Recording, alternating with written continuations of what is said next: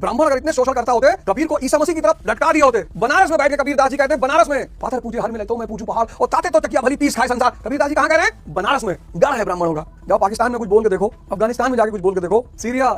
साहेब जी UPSC की तैयारी कराते हैं, मैंने सुना है, हालांकि इनके द्वारा सिलेबस पढ़ाते हुए एक भी वीडियो मैंने नहीं देखा है। साहेब जी इतिहास पढ़ाते हैं और इनके इतिहास की जानकारी देखिए, कितना हष्ट पुष्ट इनकी जानकारी है। ये कह रहे हैं अगर ब्राह्मण शोषणकारी होता तो कबीर को ईसा मसीह की तरह ही लटका दिया होता। इनके कहने का मतलब है ब्राह्मण शोषणकारी नहीं है। मास्टर साहब का जातिवादी जनेऊ सीधे सीधे दिखाई दे रहा है, आखिर जो है वह दिखेगा ही। इनका मानना है कि अगर ब्राह्मण शोषणकारी होते तो कबीर जीवित नहीं होते। कबीर ने ब्राह्मणों की नगरी बनारस में जो कहा, अगर वही बातें उन्होंने अरब, इराक और पाकिस्तान में कही होती तब संत कबीर का क्या हाल होता? यह ओझा जी का प्रश्न है। अवध ओझा जी, मैं आपसे पूछना चाहता हूं कि आप सही में इतिहास के शिक्षक हैं। कबीर जिस जमाने में थे वह समय सल्तनत काल था। सल्तनत काल अर्थात सुल्तानों का काल।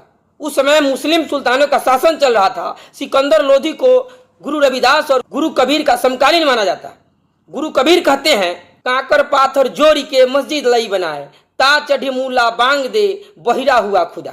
इस्लाम धर्म में नमाज के समय लोगों को बुलाने के लिए ऊंची आवाज में पुकारा जाता है। इस पर कटाक्ष करते हुए संत कबीर कहते हैं, क्या खुदा बहरा है जो उसे इतनी आवाज में पुकारना पड़ता है?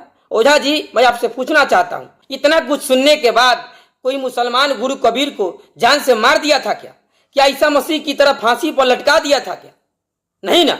वास्तविकता यह है कि बहुत सारे मुसलमान संत कबीर जी के अनुयायी बन गए थे। गुरु कबीर के शिष्य हिंदू और मुसलमान दोनों थे। इसीलिए ओझा जी ज्यादा तार्किक और सहनशील बनने का नाटक बंद कीजिए, क्योंकि आप लोगों में ये सारे गुण दूर दूर तक दिखाई नहीं देते हैं।